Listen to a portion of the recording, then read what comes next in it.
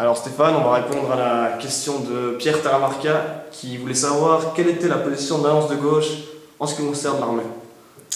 Je crois qu'en novembre 2010, au congrès du Parti socialiste suisse, à la suite d'une initiative de la section de Saint-Gall-Ville, le Parti socialiste suisse a pris une résolution allant dans le sens d'une suppression de l'armée. C'est un débat qui a été, je crois, même vif au niveau du Parti socialiste.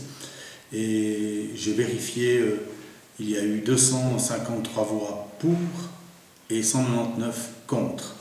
Donc aujourd'hui, officiellement, le Parti socialiste est pour la suppression de l'armée.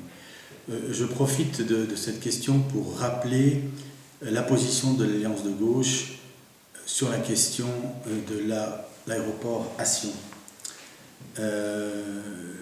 L'Alliance de gauche dit tout d'abord que si on veut être cohérent, la population doit voter massivement pour l'Alliance de gauche si le critère du bruit est un critère essentiel à la vie sociale, puisque le Parti socialiste entend supprimer l'armée, entend réduire les dépenses militaires et entend ne pas acquérir le CRIPEN. Ça, c'est de la cohérence politique.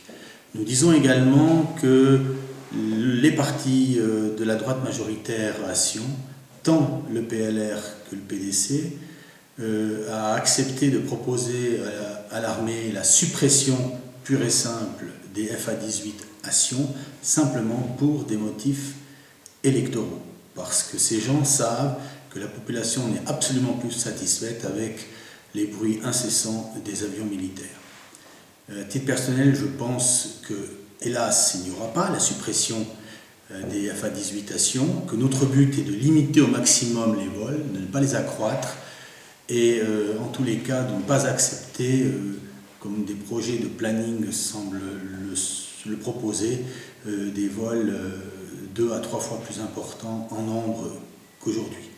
Et ensuite, nous disons qu'il faut que l'aéroport de Sion devienne vraiment une infrastructure cantonale dans l'hypothèse voulue par la municipalité de Sion de la suppression des FA-18 à Sion et de la disparition de l'armée.